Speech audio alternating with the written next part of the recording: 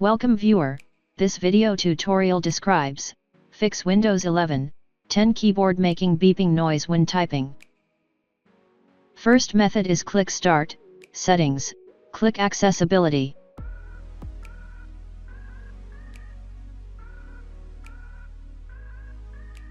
Click Keyboard, turn off sticky keys, turn off filter keys, turn off toggle keys. Second method is right-click Start button, click Device Manager.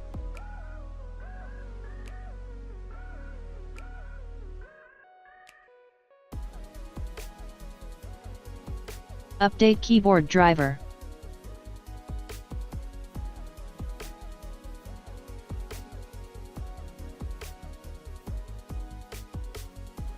Third method is right-click Start button, click Device Manager. Uninstall keyboard driver, restart system.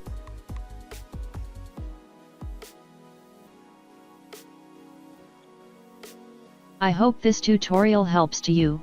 Please like, share and don't forget to subscribe our channel. Thank you very much. See you next video.